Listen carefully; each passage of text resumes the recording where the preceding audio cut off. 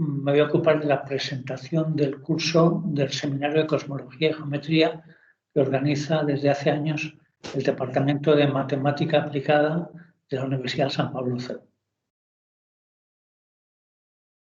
Primero, en el plan de la charla, que más o menos durará 1 hora y 15 minutos, voy a hablar un poquito de qué es este seminario, hacer un poquito de historia. Después os mostraré el calendario tentativo con el título de las sucesivas charlas. Al final daré un poquito de bibliografía. Naturalmente se admiten preguntas y comentarios. Creo que los pedagogos, eso va por ti, Candy, dicen que no hay preguntas tontas. Ja, ja, ja, conozco alguna excepción. Bueno, el seminario de Geometría y Cosmología comenzó en el CEU hace unos 15 años, cuando llevábamos meses tomando café a primera hora de la mañana, Elena Ortiz, Gonzalo Cañadas, Susana Victoria, Juan Carlos Garro y yo mismo, y de pronto nos dimos cuenta que éramos un magnífico equipo de matemáticos y de astrónomos. Susana había estudiado astronomía en la Complutense, astrofísicos.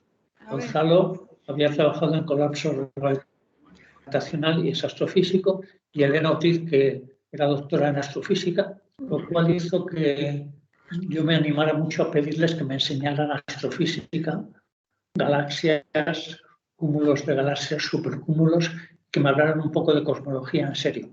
Y eso, Elena se preparó unas charlas y ese fue el germen del primer seminario de geometría y cosmología.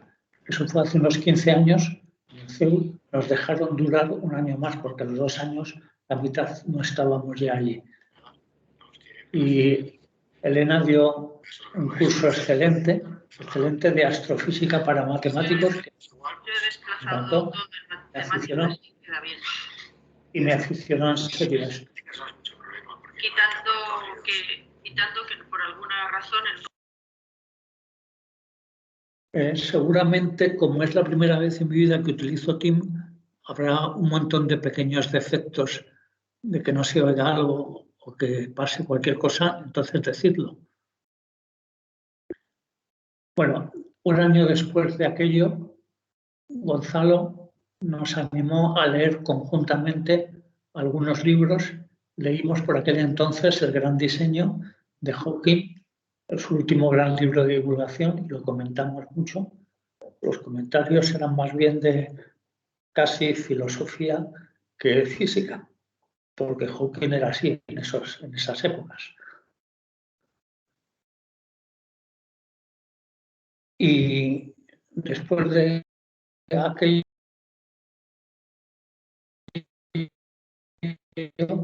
y Gonzalo fue prejubilado un poco demasiado bruscamente, pues dejamos pasar unos años, aunque al menos Gonzalo, Juan Carlos, Susana y yo siempre hemos estado muy cerca de leer y ver cosas de lo que podríamos llamar relatividad general matemática. Yo hace 1 año, como sabéis, sufrí un ictus y eso me ha dado como contrapartida mucho tiempo para leer y estudiar. Y entonces un día se me encendió la lucecita de que yo lo que quiero en los próximos años es estudiar cosas que ya tenga claras en la vida que me gustan.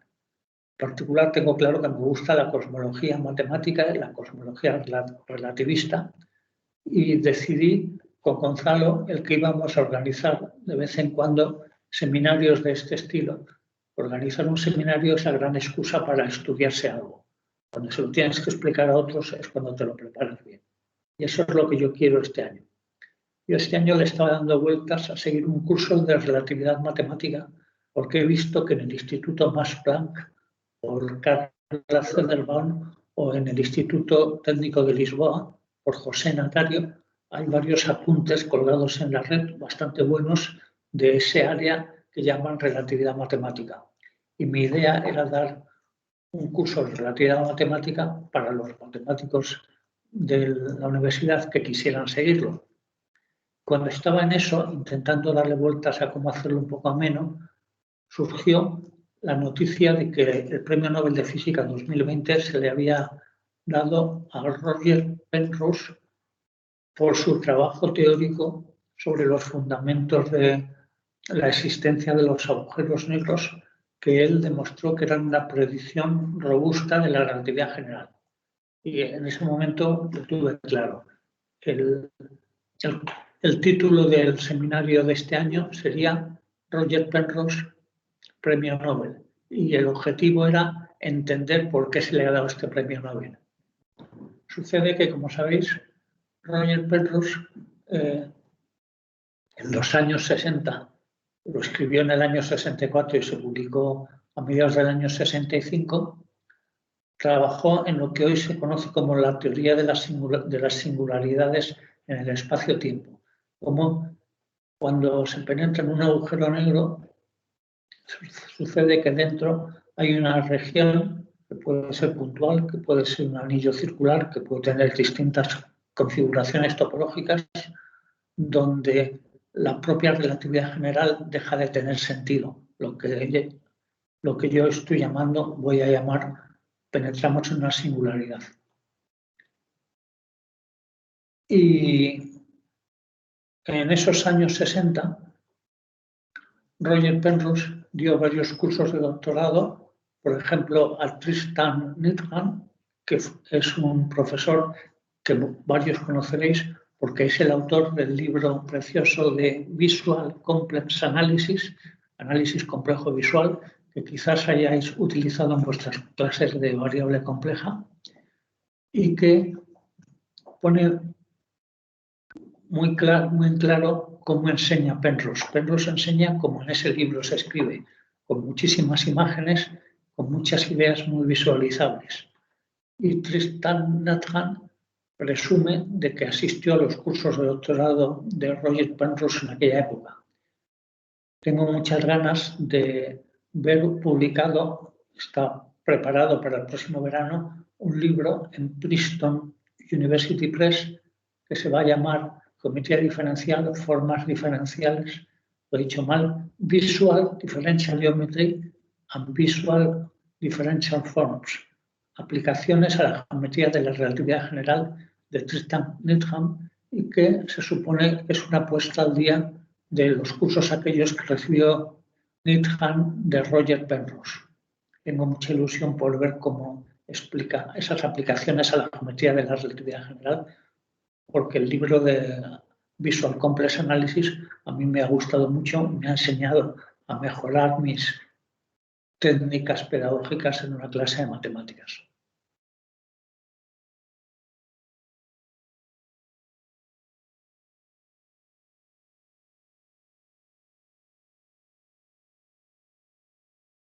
El seminario de este año, entonces, se puede centrar en que los que lo demos al final entendamos bien los teoremas de singularidad de Penrose.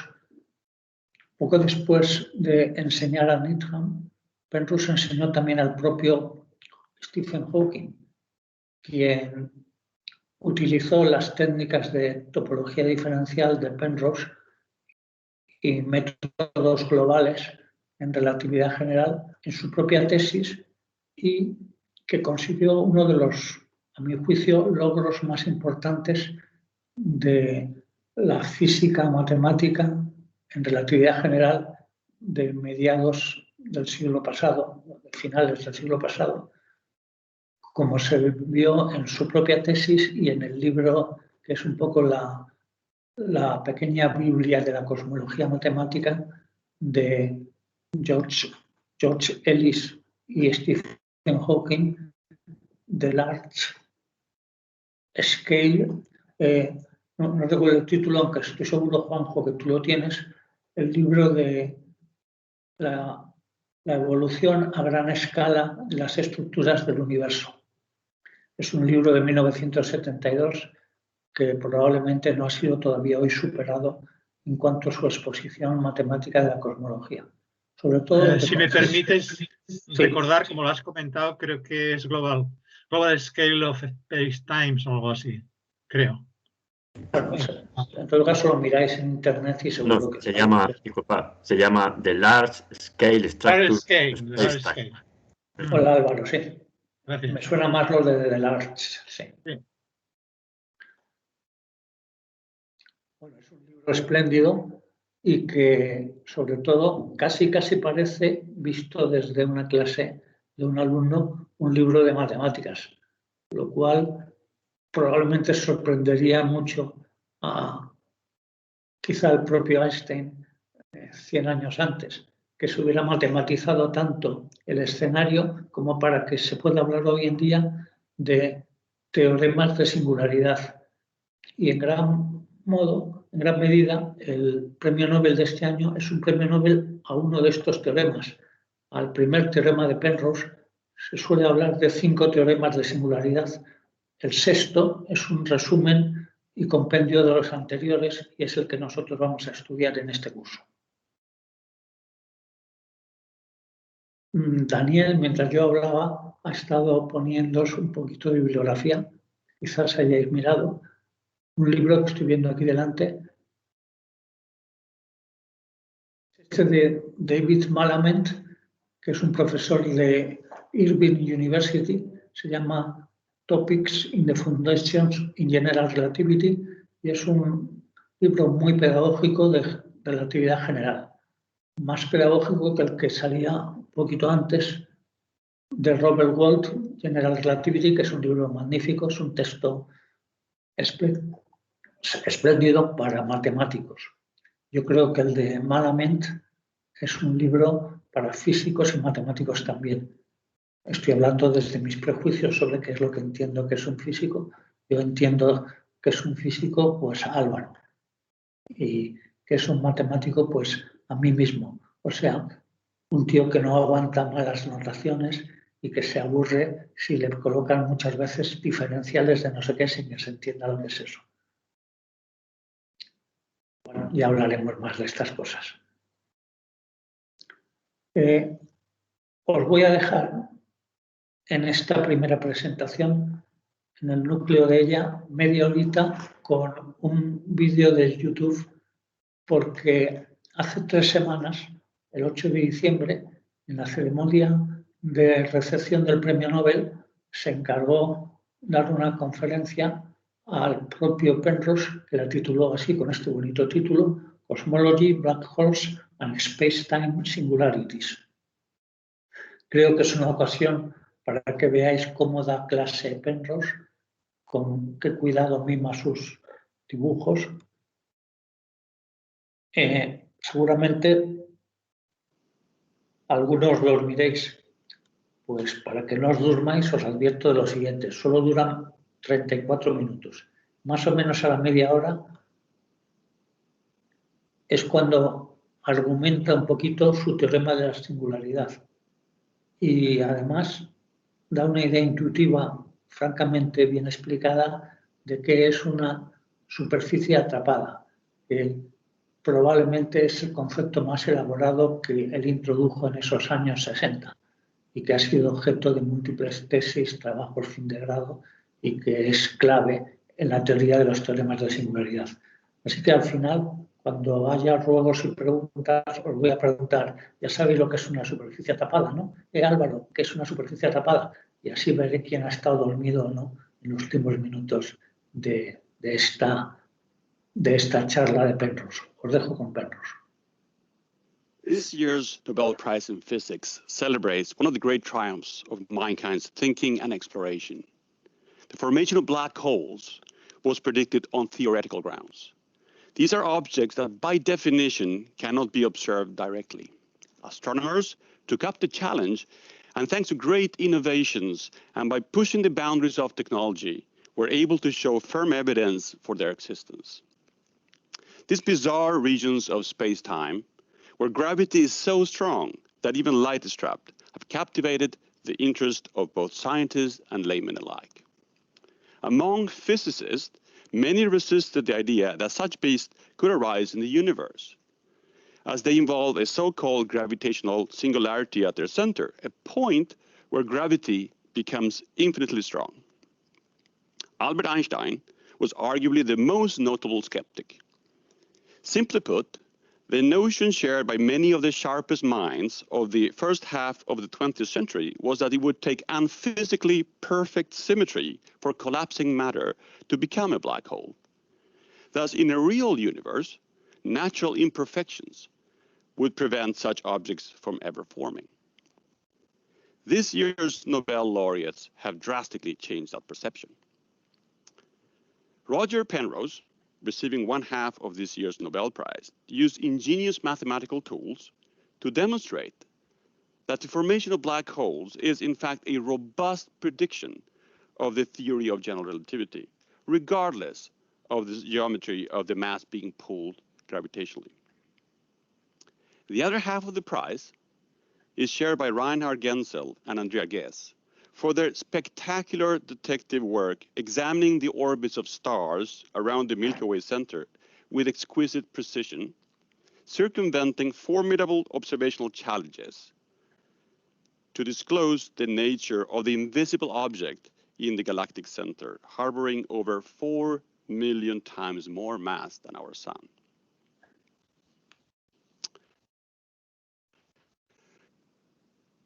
Como veis, el presentador de la charla está comentando que el Premio Nobel de Física de este año se ha dividido en varias partes. Una mitad para Roger Penrose y la otra mitad para dos astrofísicos experimentales observacionales que han hecho esfuerzos por evidenciar cómo en la zona central de nuestra galaxia hay un agujero negro supermasivo, Sagittarius A asterisco. Es frecuente oír que si estuviera vivo Stephen Hawking, seguramente la mitad teórica también se habría repartido en dos partes, tanto para Penrose como para Hawking. Y de hecho, lo que nosotros vamos a estudiar en este curso es heredero de Penrose y heredero de Hawking. Las contribuciones principales de Hawking y Penrose en cosmología fueron recogidas por el propio Hawking en el último libro que yo tengo suyo, que no sé si os lo puedo mostrar, Dani, es ese blanco.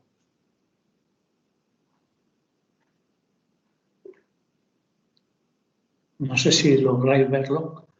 Se llama Hawking on the Big Bang and Black Holes y esencialmente es una recolección de sus artículos, casi todos en Physics Review Letters, desde los años 60, 70 hasta la muerte de Hawking hace 3 años, con, y eso es lo mejor del libro, una introducción en cada capítulo con las opiniones de Hawking sobre cómo fue el contexto en el que se fueron produciendo estos artículos.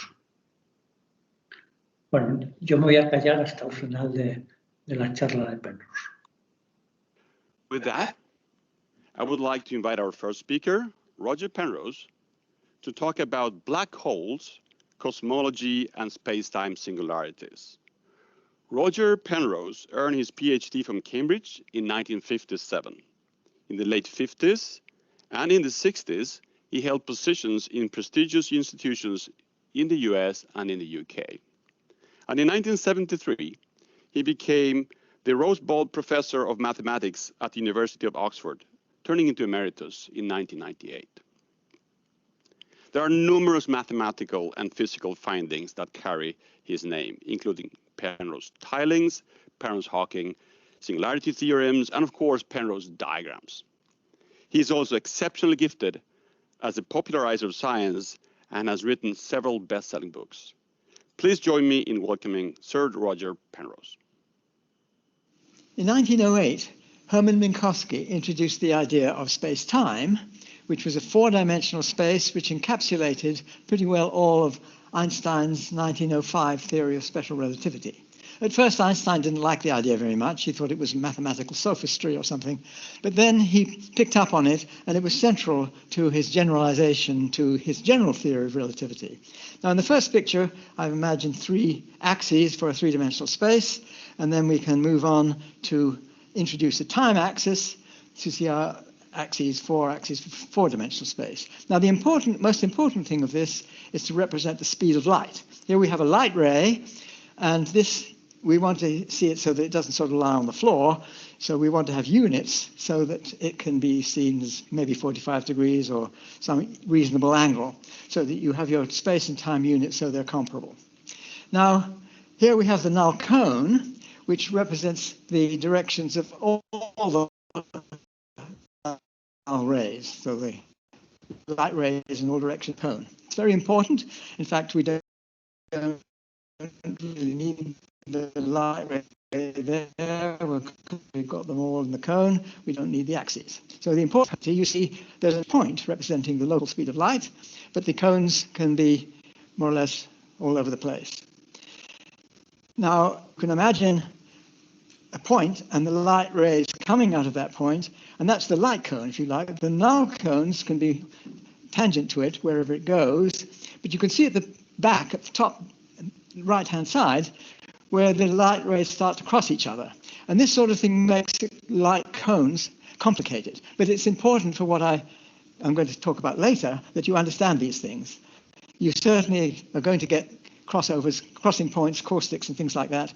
And they're a central feature of what I'm going to discuss. Okay.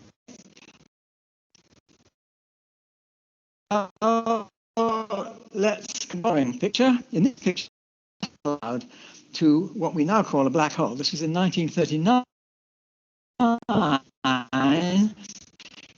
when they studied what's called a fluid or something with no pressure. And the thing was spherically symmetrical, so the fact that you fell inwards and it focused itself into this central point, and you see as you move up the picture, you see this singularity in the middle where the dust cloud gets itself focused to, and you find that since the density goes infinite, the space-time curvature becomes infinite, and this is what's called a singularity. Now, this was known, and at the time that quasars were discovered, people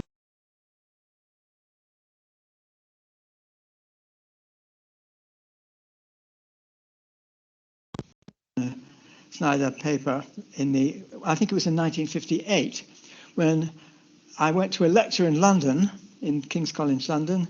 My good friend and mentor, Dennis Schauer, drove me there. He said it would be interesting to me.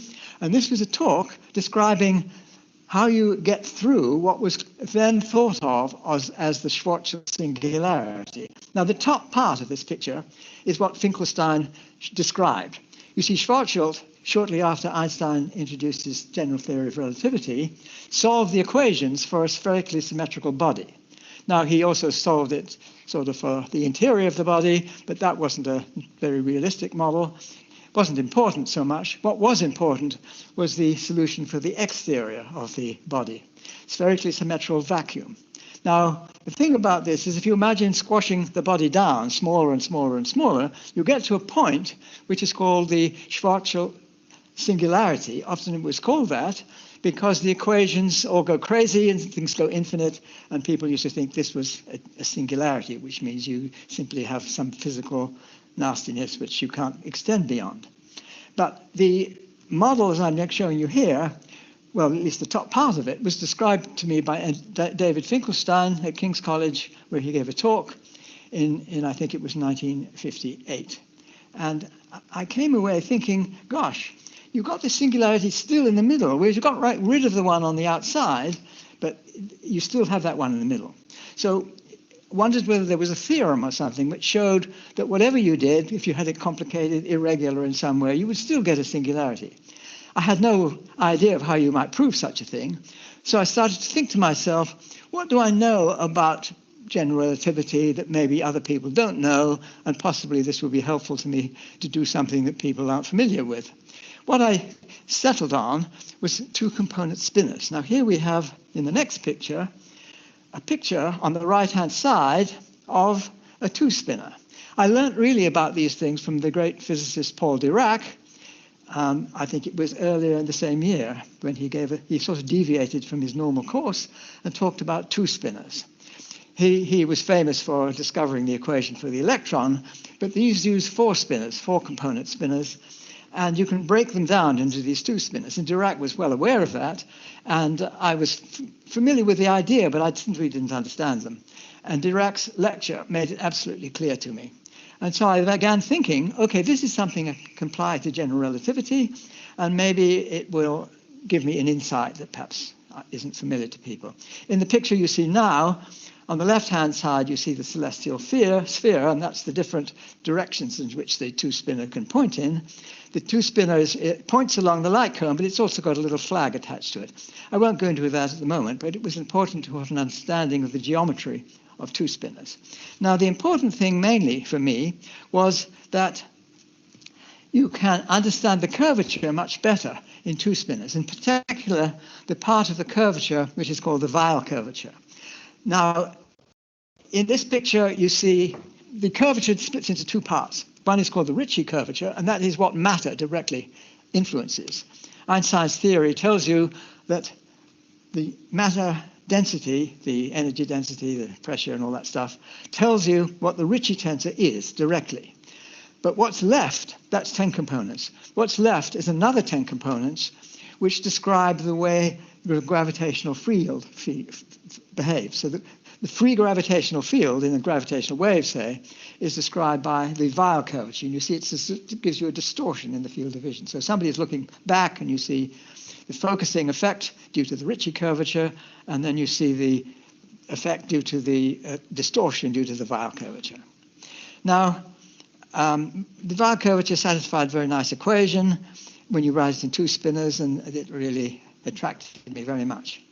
But getting used to how light rays behaved, it was something that I felt at home with, and how they focused, and how caustics behaved, and crossing surfaces behaved, and all that sort of thing. So I got familiar with all that.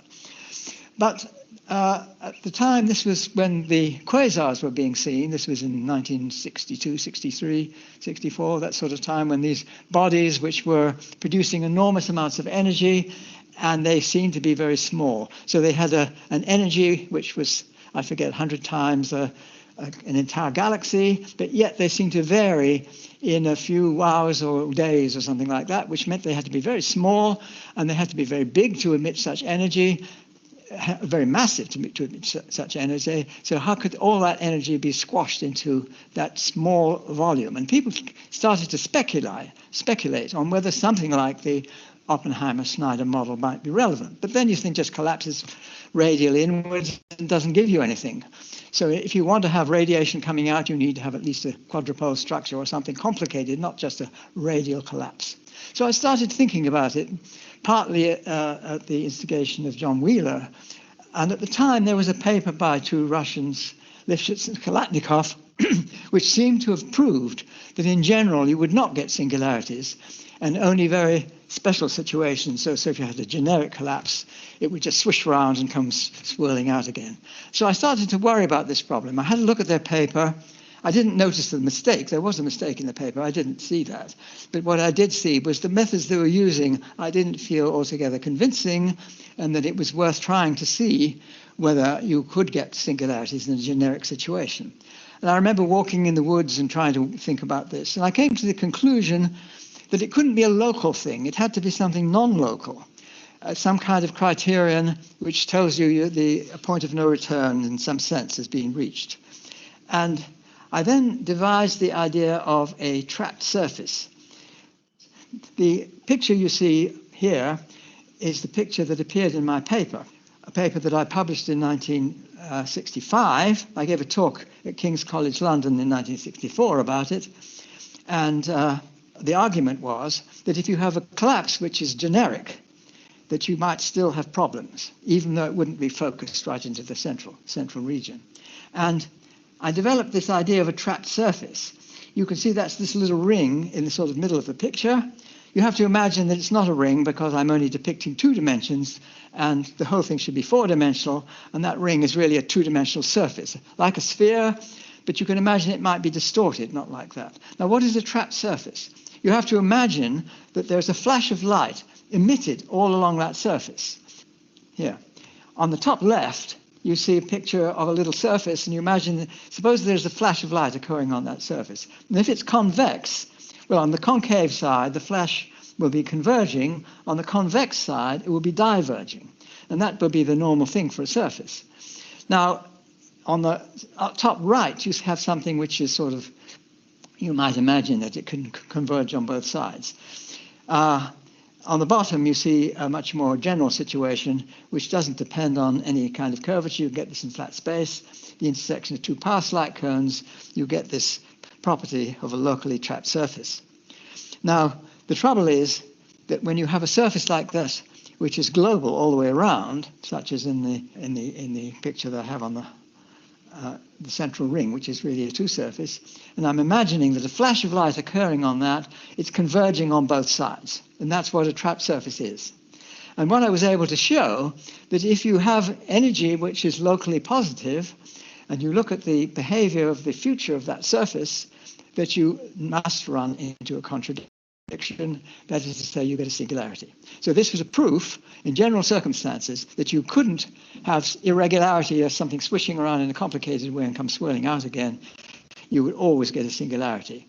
And this was the central theorem that I proved, which eventually seems to have won me the Nobel Prize. Okay, now let's think about the universe as a whole. Now you see, Stephen Hawking was not at that talk, but Dennis Sharma got me to give a repeat talk in Cambridge, and Stephen was at that talk in Cambridge, and we had quite a long chat afterwards about the methods I was using.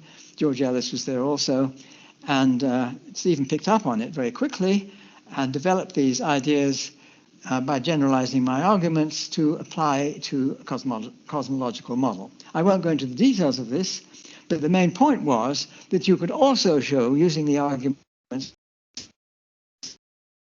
that he'd put together eventually and wrote a paper together, which more or less the things that we'd done before. And this showed under very general circumstances, in the past now, if you have some kind of diverging ray, some kind of expansion in the universe, then you couldn't avoid having this singular state in the very early universe. Now, this was fine that you seemed to prove these singularities. But I remember being very puzzled by why cosmologists didn't study all the different kinds of singularity you could have, because they're very common. There are many, many solutions known to general relativists where you could get very complicated singularities. And I remember this was an occasion when I think I was at Princeton, and we were about to go to a conference at Stevens Institute in Hoboken, and we used to drive up in several cars. And I noticed in the back of one of these cars, was Jim Peebles. This was last year's Nobel Prize winner in physics. This was long before that, of course. But I noticed he was there, and I asked him, I said, why don't you cosmologists ever consider all these complicated possible singularities that you could have, and you just look at this simple case? Why don't you look at these other cases? And he looked at me and says, because the universe is not like that. And I thought, my gosh, it's not, is it? I presume that he was looking at the microwave background radiation, which is very uniform over the whole sky, and it tells you that the universe really is very uniform.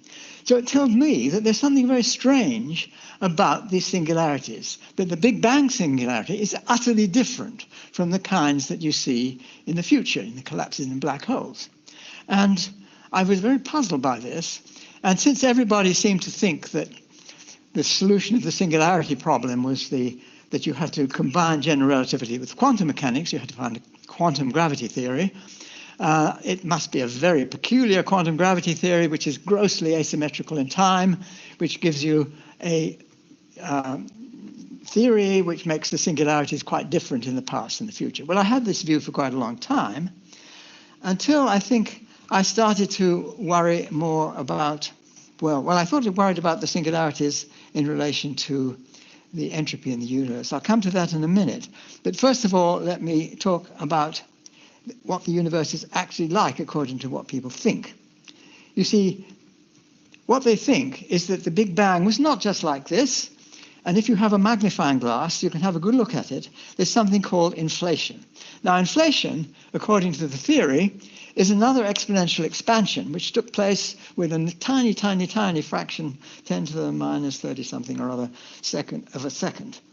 And that is supposed to have taken place, this exponential expansion, and it was supposed to have smoothed out the universe and do various other things to do with the microwave background, make it look as though it was scale invariant and things like that. So it had a role to play, but I didn't see that it would smooth out the universe. Well, the reasoning I was using is, suppose that you imagine a collapsing universe. So here we have a collapsing universe. And this collapsing universe, suppose we put the inflaton field, which is supposed to give you inflation. Well, it just doesn't do anything. If you have not irregularities, black holes all congealing together, the picture would look more like this, a great mess, with your Weyl curvature diverging like mad. And then you imagine, well, that is much more likely thing, and you can work out how much more likely it is. Something like the probability of finding this is 10 to the 10 to the 100 and something, 10 to the power of 120 or something.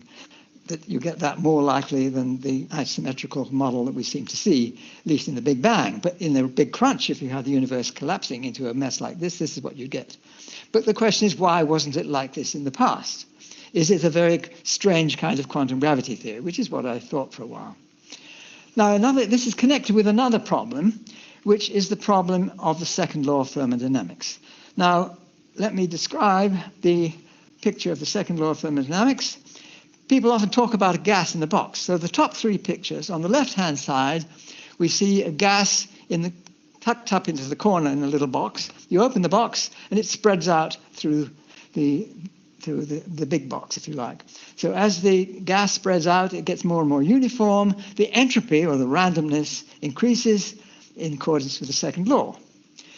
Now, that's what you see, the right-hand side of this picture. You see matter, which is very, very uniform in the beginning, which would be a maximum entropy state. In fact, the microwave background, where you see it, it looks like a maximum entropy state. So there's something very funny going on. How can it start off at a maximum?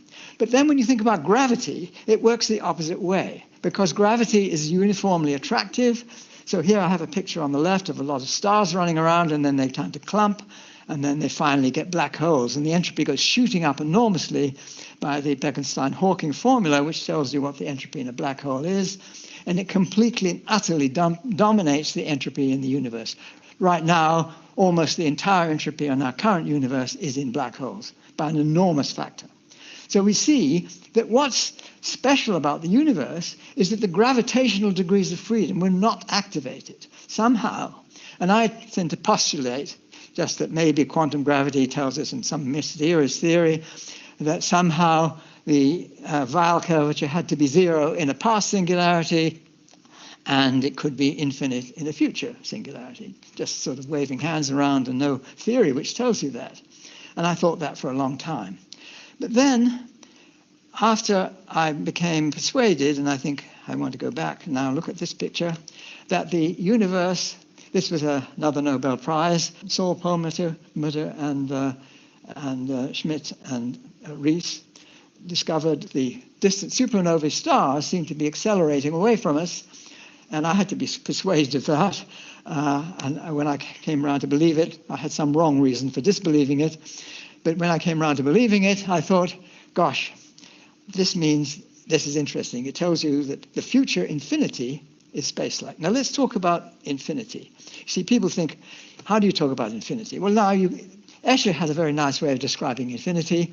This is a conformal representation of what's called hyperbolic geometry. Don't worry about the geometry, but the boundary of this represents infinity.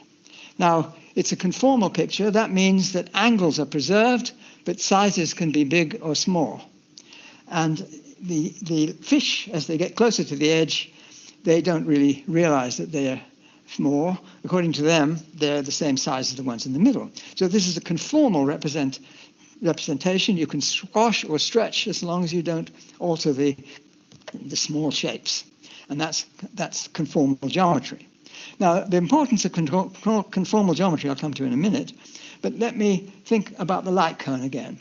The space-time structure needs not just the light cone. You need to know these little surfaces within it, which are the surfaces of equal time from the origin point. So if you have some light rays, no, these aren't light rays, sorry. You have two massive particles, and I'm having two different ones going at different speeds, going through the central point, and the ticks of a clock At the top, you see a little clock, and the clock registers the time as the world line of that particle intersects these various bowl-shaped surfaces. The first tick, the second tick, the first tick. And by the two formulae at the bottom, we have the two most famous formulae of 20th century physics. Einstein's E equals mc squared and Max Planck's E equals h nu. You put the two together and you see that energy and frequency are equivalent from the Planck, and energy and mass are equivalent from Einstein. Put the two together and you get that mass and frequency are equivalent, which tells you that a massive particle is a very perfect clock. So this is where you get the metric structure. But what about light rays? Well, you see the light ray doesn't even hit the surfaces. So light ray doesn't register the passage of time at all. And here we'll forget about the light ray, the light cone or the null cone is itself gives you the structure of space-time. So if you only got null cones and not the scale, then you have a good picture of infinity. And in fact, you can do this, and not only do you have a picture of infinity, but you can stretch out the Big Bang as well. And this is, you see, I was trying to say as a sort of criterion that the Big Bang or initial singularities ought to have vanishing Weyl curvature. My student Paul Todd had a better way of doing it, to say, okay, let's say that it's extendable to something. You see, you could imagine the Escher picture, you could extend the little fish to beyond the bounding circle to something outside. They don't experience that, but you could imagine there was a world continuing beyond infinity. And here I imagine there might be a world continuing beyond infinity, and there might be a world continuing before the Big Bang. Now, does this make physical sense? It makes geometrical sense, but what about physical sense?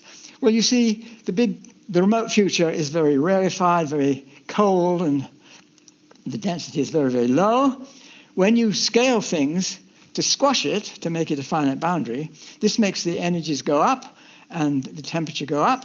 And if you stretch out the Big Bang, that makes the energy go down and the temperature go down. And you might imagine that physically they're similar. So would they match? That's a possibility.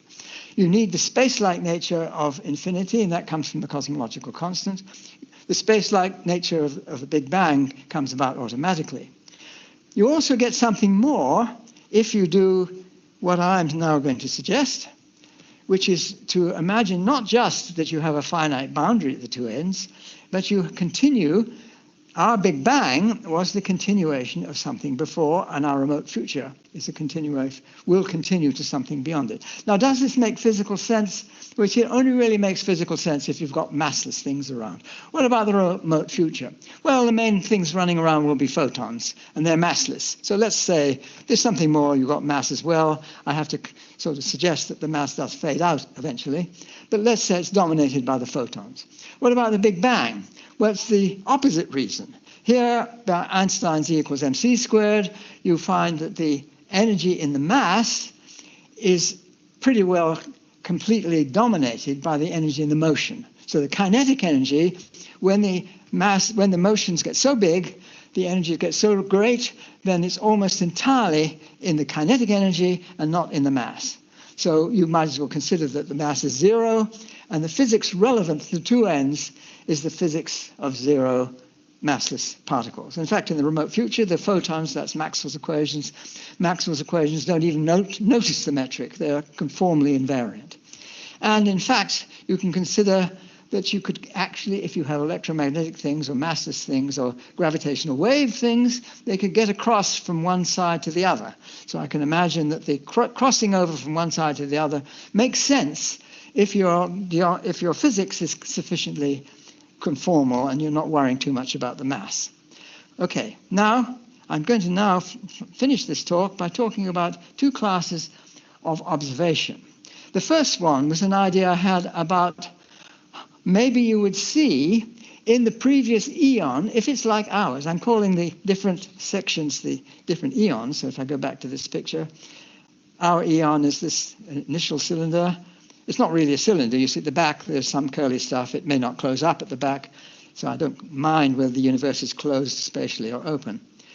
Now, here I have the join from one to the next, and you might imagine light rays getting across. But what else might get across? Well, here the previous eon, I'm calling all those different, what we previously called the universe was our eon. There was an eon prior to ours, an eon after ours, and so on. Now, the Big Bang of our eon was the remote future of the previous eon. Now, there might have been in that previous eon black holes, supermassive black holes running into each other. As they run into each other, they would emit gravitational wave signals. These would get through and make a signal that we might observe in our eon. Moreover, if you imagine what the big, really super duper massive black holes, which ultimately swallow clusters of galaxies, they will be the result of many, many supermassive black hole collisions, and there will be maybe 1, 2, 3, 4, 5, 6, several of them. So you might see not just a signal of one of these, but several of them.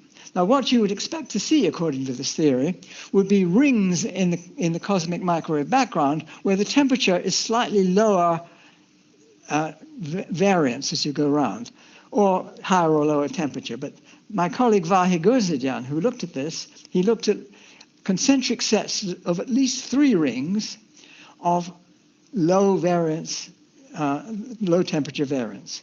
And he plotted these things out. And in the next picture I'm going to show you, which is rather remarkable to me, he didn't select these things from the color, which is the temperature. He didn't select it for that at all. He selected it just for the low variance.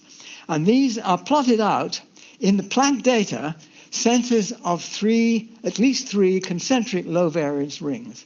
Now, whatever you believe the origin of this signal is, what is very remarkable is the extreme anisotropy of the picture, or inhomogeneity of the parent universe here. On the lower right, you see a very large collection of red points. Now, in the color coding and in the theory, I won't go into the details here, the red means distant. So these would, according to the theory, be a collection of very distant supermassive black holes clumped together in some super duper cluster. On the top right, you see a bluish region that would be closer to us within our past light cone, so you probably could see that, of something which, again, some not quite so big and super duper, but pretty super duper. And a little on the lower, slightly lower left, you see something intermediate. The red ones would be distant according to my theory, the blue ones. But what's remarkable is not just they're clumped together in where you see them, but they're clumped together in the color, which means, according to the theory, in the distance. So if you don't believe my theory, you have to think of another explanation for this, but it's very much at odds with the current view where the inflation is supposed to stretch things out and flatten everything out. Another possible observation of events in the previous eon would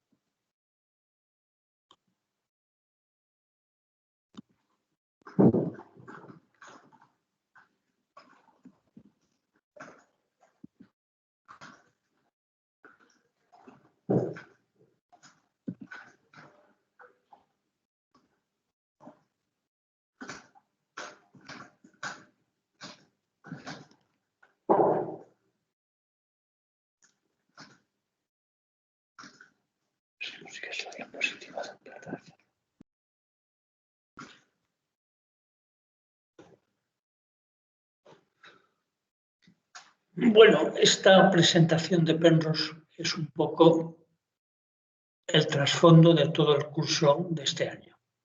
Volveremos sobre algunas de las sugerencias de Penrose varias veces y, claro, os animo a que entréis en YouTube de vez en cuando y os la veáis y vayáis para adelante, para detrás, para captar muchos de sus detalles, incluso de las especulaciones finales que aparecen explicadas en su último libro divulgativo, Ciclos del Tiempo, que está traducido al español, donde aparece esa teoría de los, en vez de múltiples universos a la vez en el espacio, una sucesión de universos en eones donde nosotros estamos en un eón que comienza nuestro Big Bang, que es el final del eón anterior. Y así sucesivamente. Ya sabremos más de esto al final del curso.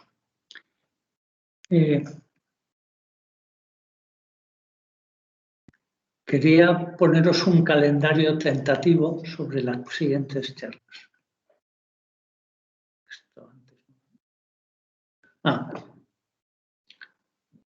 La próxima charla, en principio, será a mediados de febrero, una semana antes, igual que ha hecho Susana en esta ocasión. Os avisaremos y la tarde anterior también para recordaros el horario concreto. A mediados de febrero vamos a hablar del tiempo. Hay un libro célebre, es un libro pequeñito que se puede leer bien en 15 días, de David Mermin, me he confundido ahí en el título, en el autor. El autor se llama Mermin, que dice algo así como la relatividad es cuestión de tiempo. En el sentido de que se puede contar la relatividad especial, sobre todo, hablando sobre su impacto en el concepto de tiempo. Bueno, a mí este libro me gustó mucho, lo aconsejo. Y mi idea el día 15 de marzo es hablar sobre el tiempo. Yo recuerdo una discusión con Gonzalo sobre, pero el tiempo es un concepto ilusorio en la física actual o es real. Y yo trataba de hacerle ver a Gonzalo que para mí era más fácil discutir la realidad del espacio y que me resultaba más verosímil un título del estilo ¿pero el espacio es ilusorio o es realista? Conforme me he ido haciendo viejo desde aquella época, Gonzalo, cada vez te doy más la razón. En especial porque estos meses he leído con detenimiento un libro de Carlo Rovelli que se llama ¿Y si el tiempo no existiera? Está en la editorial Herder y tiene pocas páginas y está escrito con mucha pasión. Así que no me resisto a leeros el prólogo del libro, el prólogo de Carlo Rovelli, para que os animéis a comprarlo. Creo que cuesta 12 euros.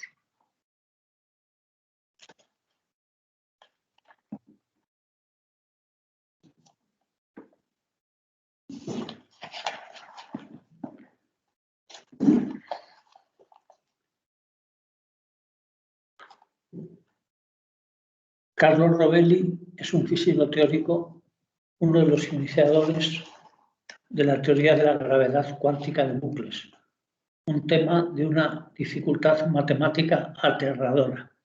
Aunque sea aterradora, nosotros vamos a dedicar una sesión a decir algo sobre gravedad cuántica, en particular a comentar un artículo de Penrose que se titula On Quantum Geometry, que os podéis bajar de internet. Sin embargo, cuando le conocí a Carlo y le escuché en una reunión interdisciplinaria, estuvo hablando de su trabajo de una forma tan clara que un adolescente de 15 años lo habría seguido sin perder palabra y de una forma tan apasionante que el joven oyente habría preguntado qué había que hacer para ser físico. Carlo Rovelli trabaja a la vanguardia de la técnica, pero jamás cede al placer de la pirueta intelectual. Está pendiente de las cuestiones que trata de resolver. Esta conciencia de los problemas lo convierte en un divulgador mágico. De forma esquemática y transparente, describe el cuadro de la física fundamental para aclarar sus fisuras, esas cuestiones abiertas en las que están sumergidos los físicos de hoy. Y más allá de la física, Rovelli se pregunta por la ciencia en su conjunto, por sus relaciones con los otros ámbitos de conocimiento y su papel en la sociedad. O sea que Rovelli es otro Álvaro.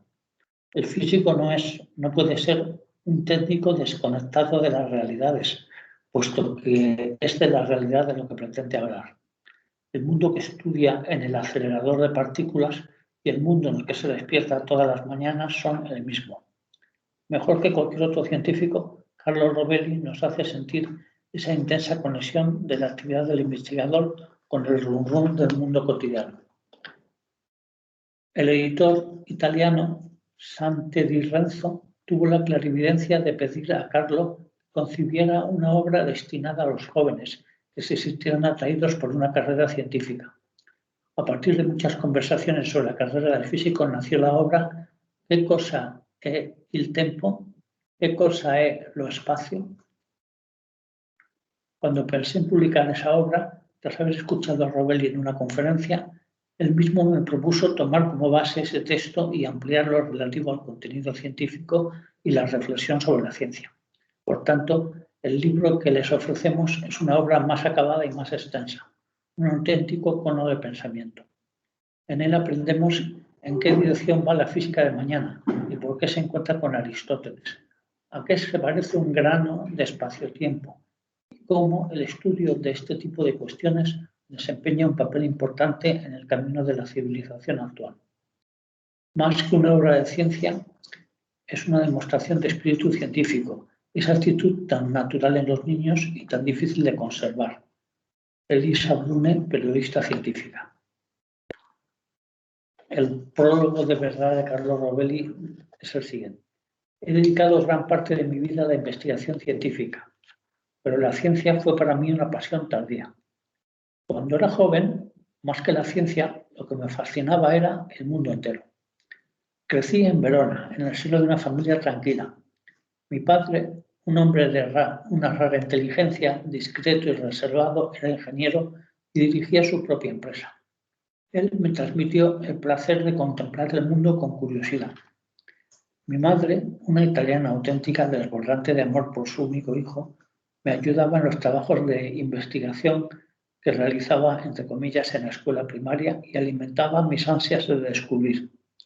Asistí al Liceo Clásico de Verona, donde se estudiaba griego e historia más que matemáticas.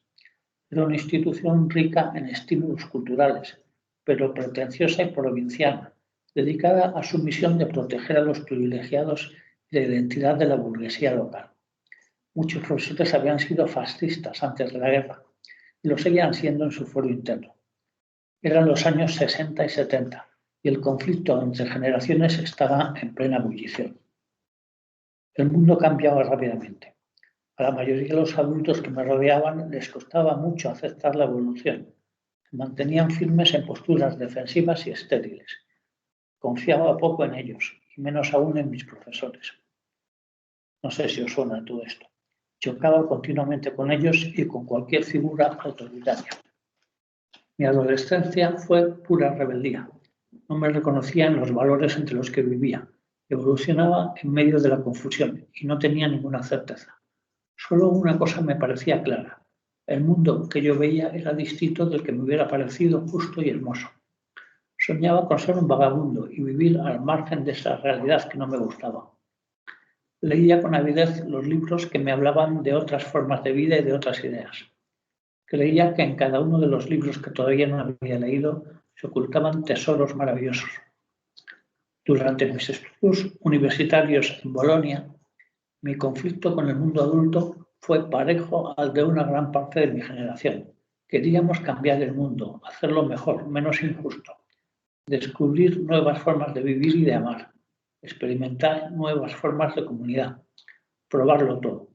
Nos enamorábamos continuamente y discutíamos hasta el agotamiento. Queríamos aprender a ver las cosas sin a priori. Teníamos momentos de desconcierto y en otras ocasiones creíamos entrever el alma de un mundo nuevo. Era una época en que se vivía de sueños. Viajábamos mucho, mental y efectivamente, en busca de amigos y de ideas. A los 20 años emprendí un viaje en solitario alrededor del mundo. Quería vivir la aventura, buscar la verdad. Hoy, desde la perspectiva de los 50 años, esta ingenuidad me provoca risa. Pero en cualquier caso creo que era una buena elección.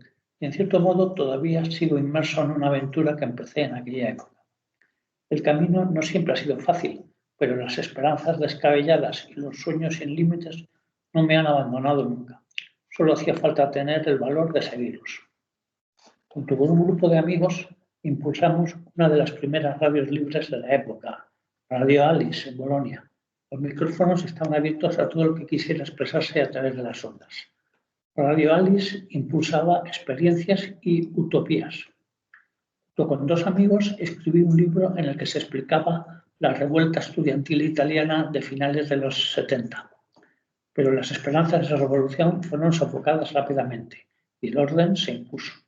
No es tan fácil cambiar el mundo. A medio camino de mis estudios universitarios me sentí más perdido que antes, con la sensación amarga de que los sueños compartidos por la mitad del planeta estaban a punto de desvanecerse. No tenía ni idea de qué iba a hacer con mi vida. Vencer en la carrera del ascenso social, progresar, ganar dinero y recoger algunas migajas de poder, me parecía demasiado triste. El mundo entero estaba por explorar y detrás de las nubes seguía imaginando la experiencia de horizontes sin límites. Entonces, la investigación científica vino a mi encuentro. En ella descubrí un espacio de libertad ilimitada, una aventura tan extraordinaria como antigua. Hasta ese momento yo estudiaba porque tenía que aprobar, sobre todo para retrasar el servicio militar obligatorio. No obstante, muy pronto las asignaturas que estudiaba empezaron a interesarme y luego a apasionarme. En el tercer curso de la carrera de física aparece la nueva física, la del siglo XX, la mecánica cuántica y la teoría de la relatividad de Einstein. Son ideas fascinantes, revoluciones conceptuales extraordinarias que transforman nuestra visión del mundo y trastornan las viejas ideas, incluso las que se creían más sólidas. A través de ellas se descubre que el mundo no se corresponde con las apariencias. Se aprende a ver las cosas con otros ojos. Es un fantástico viaje mental. De este modo pasé de una revolución cultural abortada a una revolución de pensamiento en curso. Gracias a la ciencia descubrí una forma de pensar que empieza estableciendo reglas para comprender el mundo y que después es capaz de modificar esas mismas reglas. Esa libertad en la búsqueda del conocimiento me fascinaba. Impulsado por la curiosidad y tal vez por lo que Federico Cesi, amigo de Galileo y visionario de la ciencia moderna, llamaba el deseo natural del saber, me encontré inmerso, casi sin darme cuenta, en problemas de física teórica. De modo que mi interés por esta disciplina nació por accidente y por curiosidad más que por una elección consciente. En el liceo sacaba buenas notas en matemáticas, pero me atraía sobre todo la filosofía. Si en la universidad decidí estudiar física y no filosofía, fue solo porque mi desprecio por las instituciones vigentes me llevaba a considerar los problemas filosóficos demasiado importantes para ser discutidos en la escuela. Por tanto, en el momento en que mi sueño de construir un mundo nuevo chocó con la realidad, me enamoré de la ciencia, que contiene un número infinito de mundos nuevos y que me ofrecía la posibilidad de seguir un camino libre y luminoso en la exploración de lo que nos rodea. La ciencia fue para mí un compromiso que me permitía no renunciar a mi deseo de cambio y de aventura, mantener la libertad de pensar y de ser el que soy, minimizando a la vez los conflictos con mi entorno que esto implicaba. Es más, contribuía a una empresa que el mundo apreciaba. Creo que una gran parte del trabajo intelectual o artístico tiene su origen en este hecho. Ofrece a los posibles desviados una especie de refugio. Al mismo tiempo, la sociedad necesita este tipo de personas, ya que se mantiene en un estado de equilibrio dinámico. Por un lado, unas fuerzas que aseguran su estabilidad y su permanencia e impiden que el desorden destruya todo lo que ya ha sido construido. Por otro, el deseo de cambio y de justicia tiende a modificarla, a hacerla progresar y evolucionar. Sin ese deseo de cambio, la civilización no habría llegado jamás al punto en que se encuentra. Seguiríamos adorando a los faraones, a los reyes león del mundo. De Roberto a los Lion Kings. Creo que la curiosidad y el deseo de cambio de la juventud, que están presentes en cada generación, son la primera causa de evolución de la sociedad.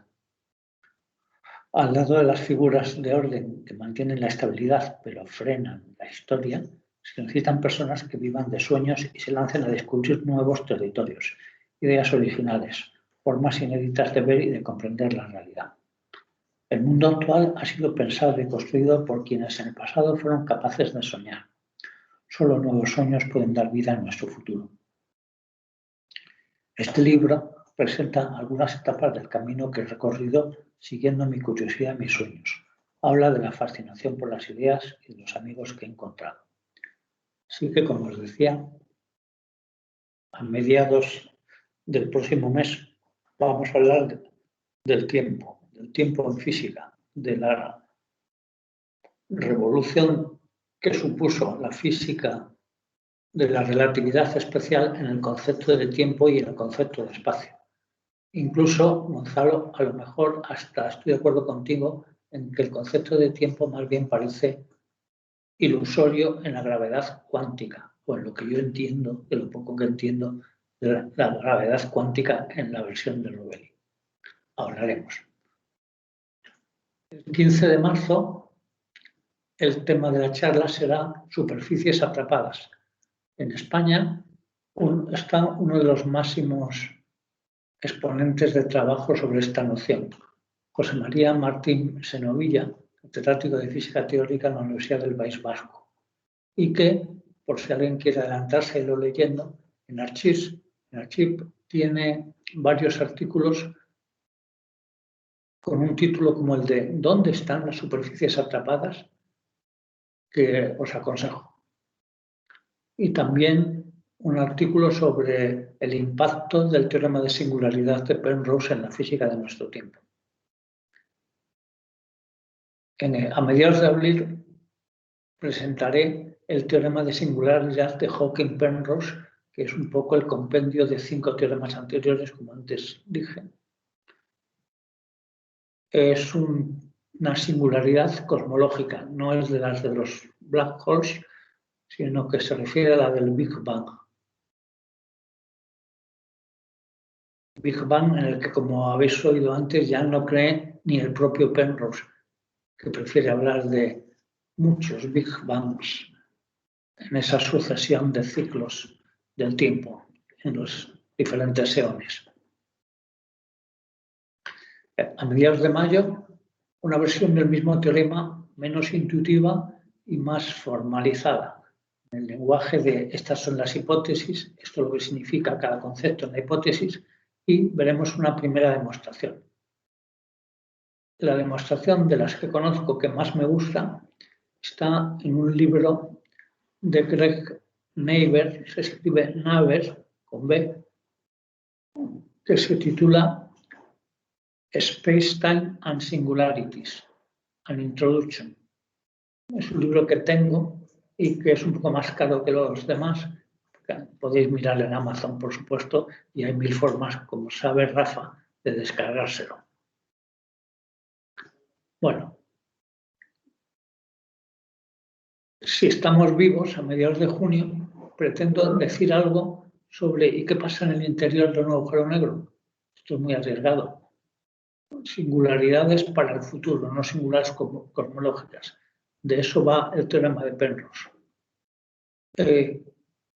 Ya advierto desde el principio que casi todas las charlas pretenden moverse entre dos extremos. Un extremo intuitivo, pero poco preciso, y un extremo preciso. Para eso la bibliografía será esencial para quienes quieran seguir sobre todo eso que llamo preciso.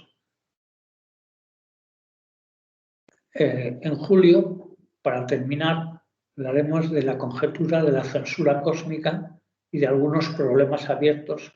Penrose ha publicado varias listas de cuestiones abiertas en relatividad general y miraremos algunos de los problemas de alguna de estas listas.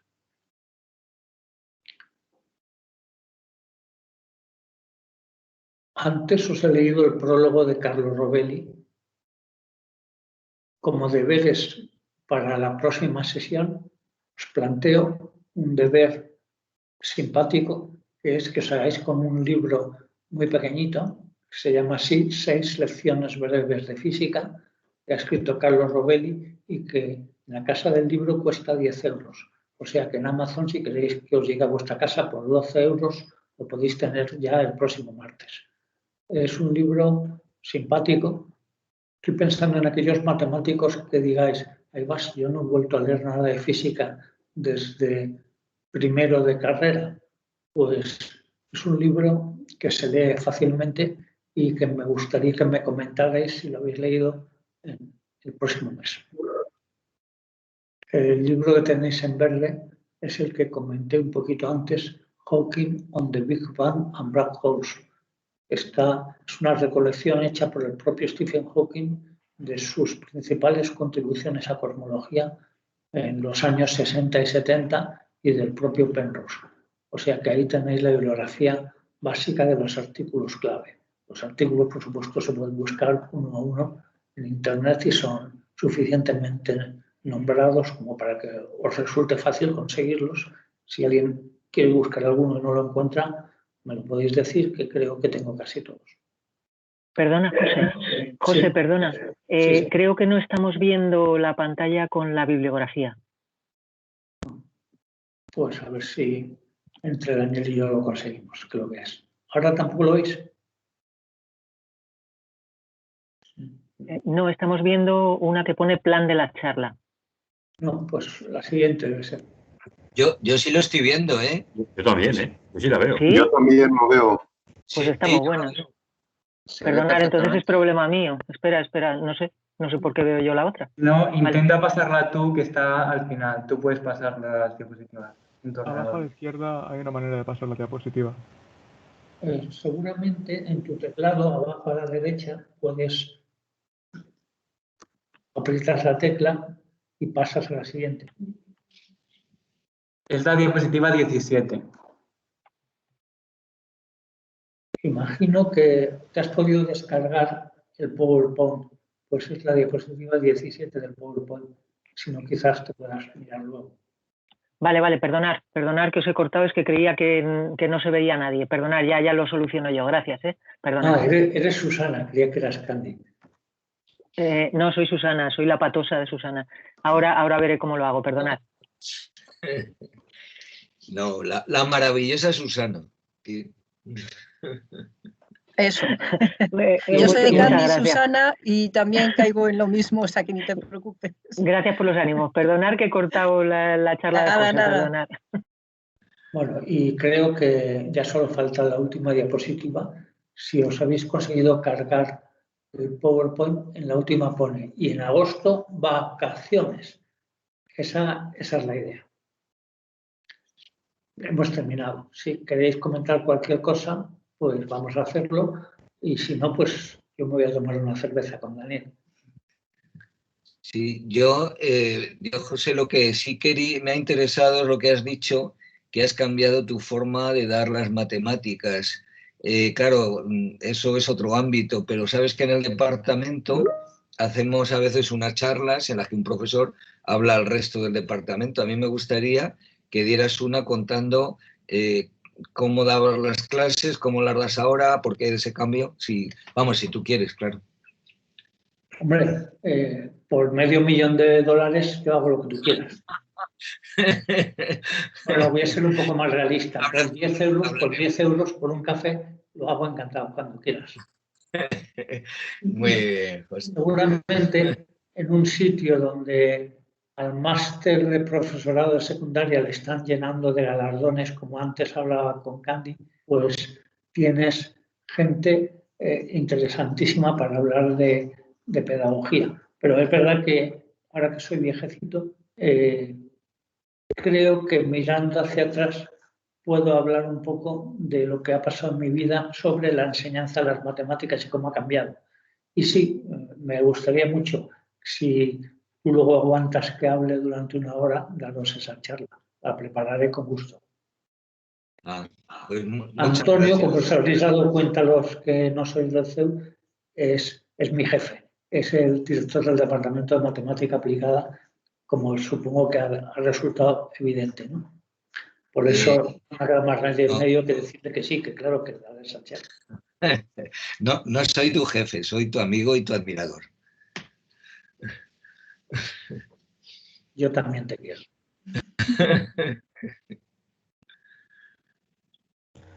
Oye, hola. Estaba buscando a la vez, mientras hablamos el libro este de las 6 breves lecciones y he encontrado que no son 6, que son 7. Ah, son 7. Yo tenía la duda sobre si eran 6 o 7, pero he preferido ser también breve en el número. Bueno, solo para eso. Sí, son 7. 7 breves lecciones de física. Es un libro que a mí me gustó mucho porque está escrito con la misma pasión con la que el prólogo que os he leído y habla en un capítulo del universo y en otro de los agujeros negros y en otro de la gravedad cuántica. Y a partir de ahí seguramente ya no se entiende tan bien el libro. Pero los 4 primeros capítulos son muy bonitos, yo creo. Hasta tal punto que le regalé un ejemplar del libro a mi hija Andrea en un viaje que tenía que hacer de 6 horas Madrid-Nueva York para que se lo leyera, porque yo tenía un poco de mala conciencia de ninguno de mis hijos ha salido con inquietudes matemáticas y físicas. Voy a intentar que al menos estén un poquito al día y espero que Andrea lo haya leído. Estoy aprovechándome de que me está oyendo para hablar luego con ella sobre esto.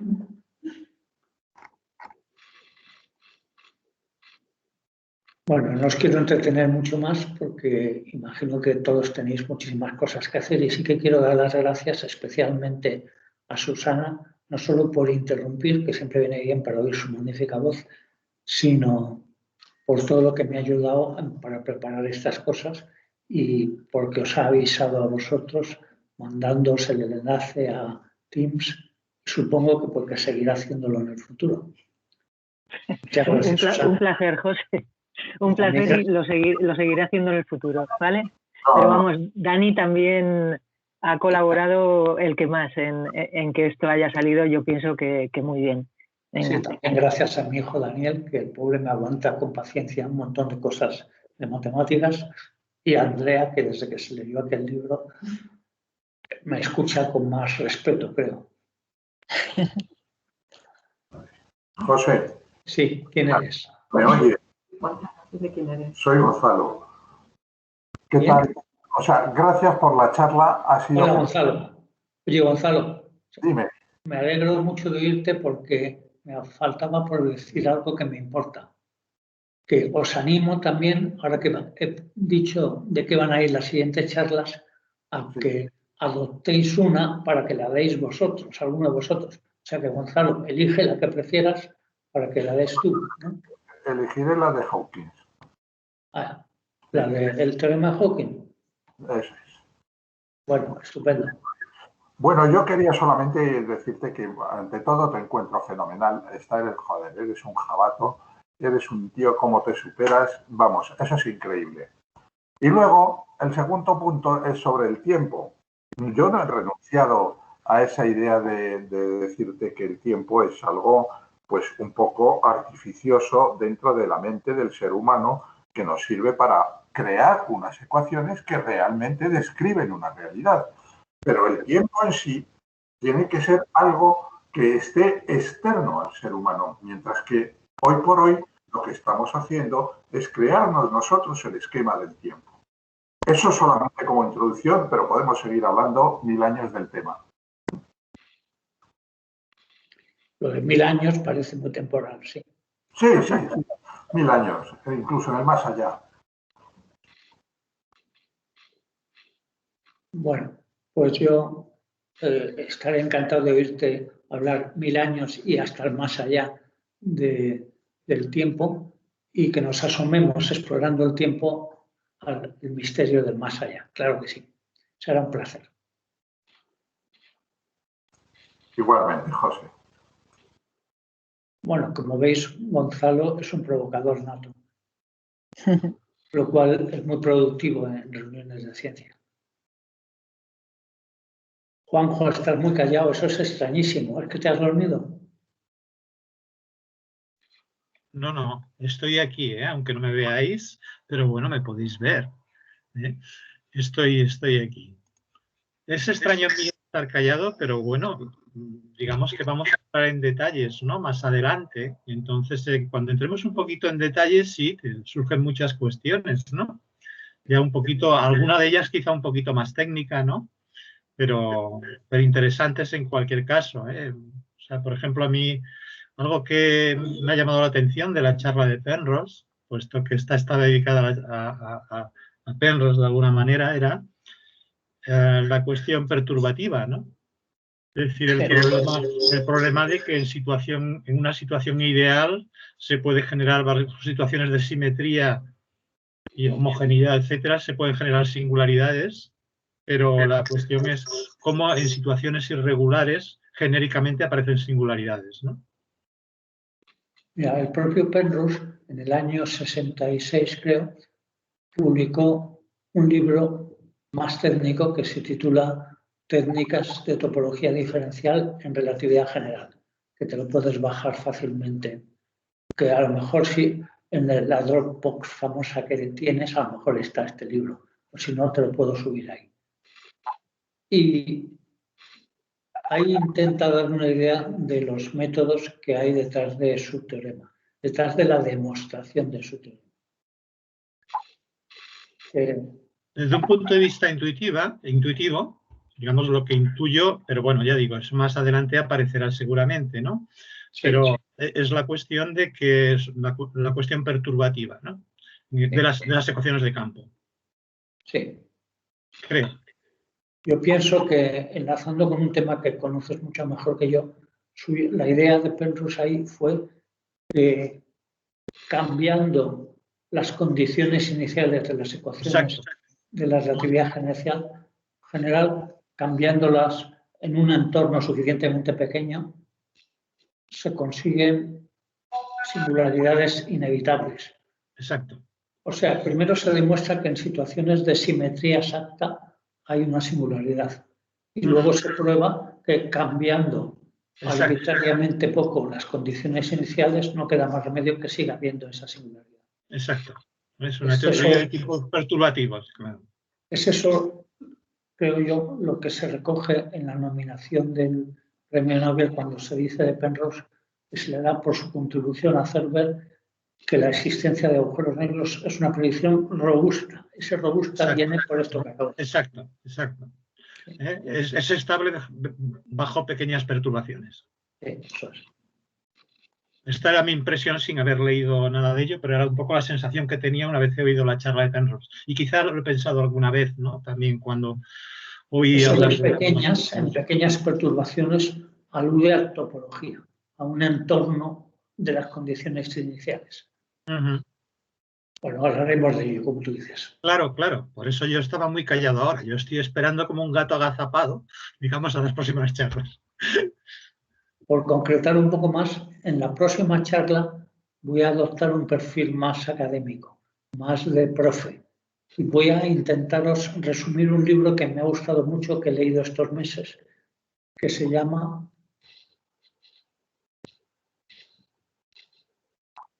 No sé si logro que lo veáis.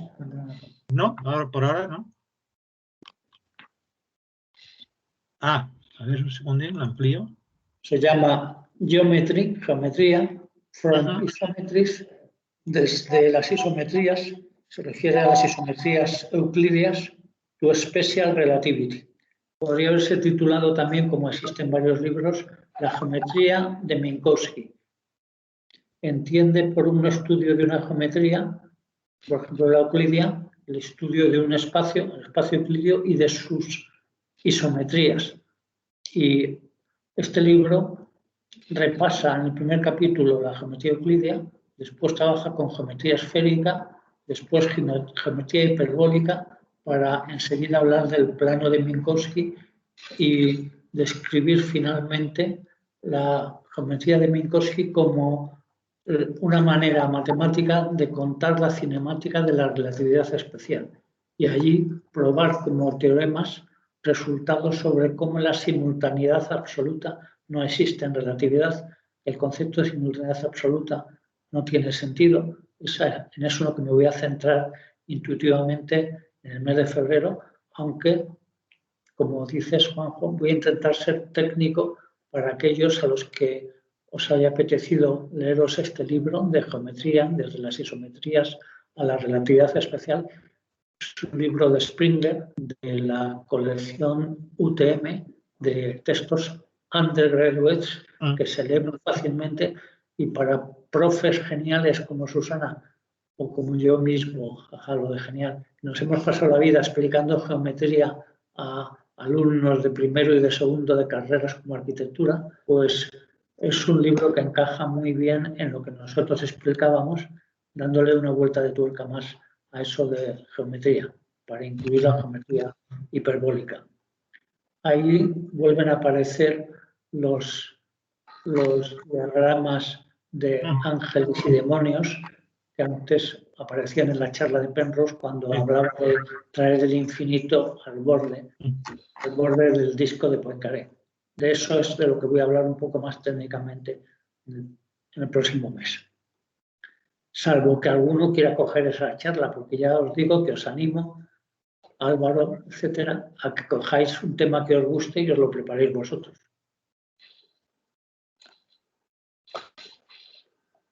En la última de las sesiones discutiré algunos problemas abiertos.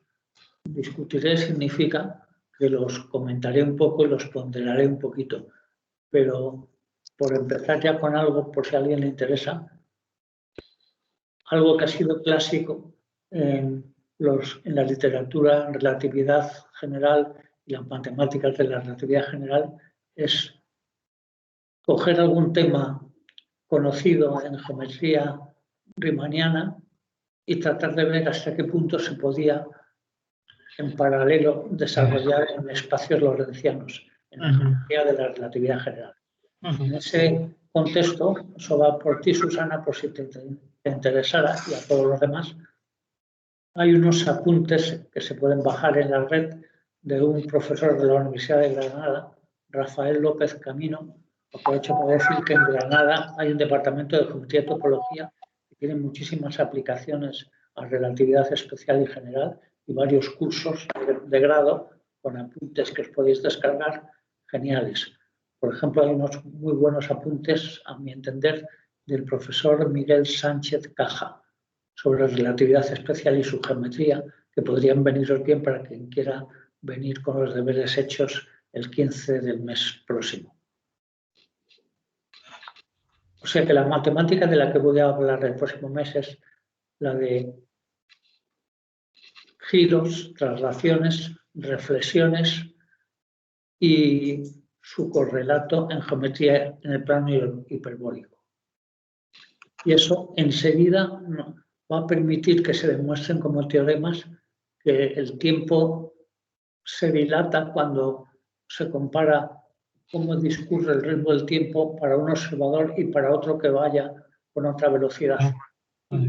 Y ese tipo de cosas que ya habéis oído todos, de que la gravedad intenta llevar hacia donde las partículas, los observadores, duren más, les transcurre el tiempo más lentamente. Por ejemplo, cerca de un agujero negro, el tiempo casi se congela.